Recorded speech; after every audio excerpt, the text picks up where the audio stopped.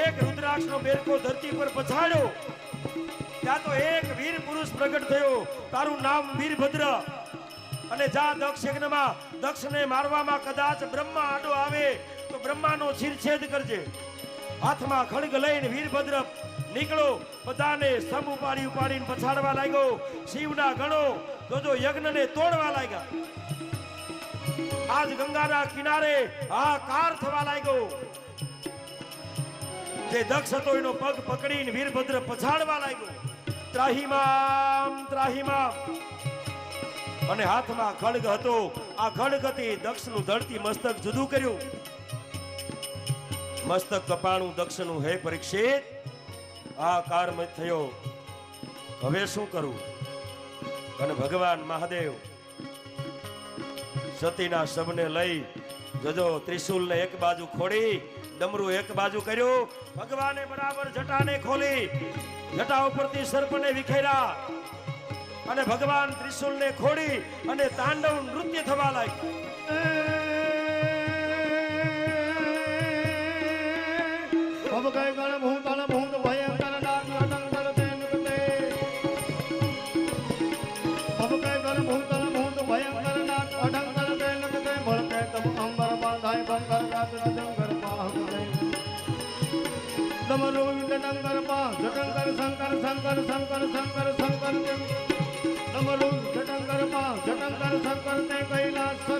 ભગવાન મહાદેવે ક્રોધ કર્યો, તાંડવ. અરે જટા ડાબેથી જમણે, જમણેથી ડાબા થવા લાગી. બ્રહ્માંડ ધ્રુજવા લાગ્યું. ભગવાને તાંડવ નૃત્ય કર્યું. આપણા સાહિત્યમાં વર્ણન કર્યું છે. શૈલ શુંગ સમ વિશાલ જટા જૂટ ચંદ્રભાલ, તરંગમાલ વિમલ નીરકાંતે, એ લોચન ત્રિયાલ લાલ ચંદન કી કોરી ભાલ, ચંદન કિશોરી ભાલ ભૃગટી વરસાજે. રાગિલાક રાગિલાક ધીરકટ ધીરકટ ધીલા,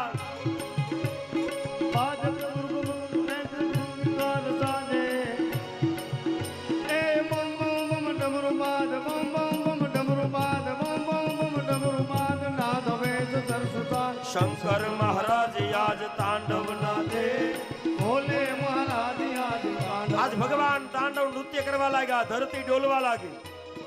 ભગવાન શિવના ક્રોધને કોઈ શાંત કરો. દેવતાઓ બધા ભેગા મળ્યા. ભગવાનના હાથમાં ઓલા સતીના શબ છે. આ શબ લઈ ડાબા મંડળમાં ભગવાન ફરે છે. ભગવાન નારાયણ કહે, આ શબ જ્યાં સુધી હાથમાં છે ને ત્યાં સુધી કોઈ ક્રોધ નહીં ઉતારી શકે. સુદર્શન ચક્ર ભગવાને છોડ્યું અને આ જે સતીનું શબ હતું ને બળતું, એના 52 ટુકડા કર્યા. 52 ટુકડા પૂરા વિશ્વમાં પડ્યા. ભારતમાં નહીં, પૂરા વિશ્વમાં પડ્યા. અને જ્યાં જ્યાં ટુકડા પડ્યા ત્યાં એક એક શક્તિ પીઠ નિર્માણ થયું. શૈલ શુંગ સમ વિશાલ ચંદ્રભાલ તરંગમાલ વિમલ નીરકાંતે, લોચન ત્રિયાલ લાલ ચંદન કે કોરીવાલ, ગુલાલ ભૃગટી વરસાજે, મુંડલ की कंठमाल विशद हृदय गुलाल, कपड़ीलाल रुद्रमाल हरदियाल राधे.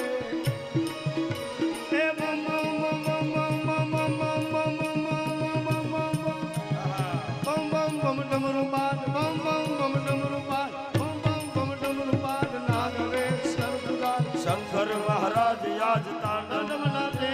સતીના વીરમાં જે ભગવાન આક્રંદ કર્યું, રુદન કર્યું. ભગવાન રેડા ને ભગવાન મહાદેવ રેડા ને એટલે મુખમાંથી એક આક્રંદ નીકળો, રુદન નીકળ્યું સતીના વિરહમાં. કારણ કે આના જેવું કોઈ દાંપત્ય નથી. એના પતિ પત્ની બળીને ભસ્મ થયા.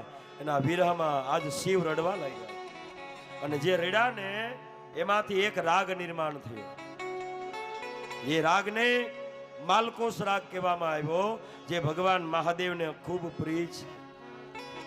સત સૃષ્ટિ તાંડવ રચયિતા નટરાજ રાજ નમો નમઃ. સત સૃષ્ટિ તાંડવ રચયિતા નટરાજ રાજ નમો નમઃ.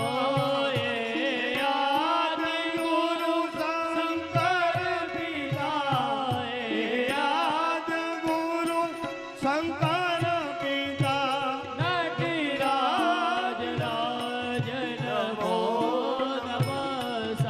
સૃષ્ટિ તારી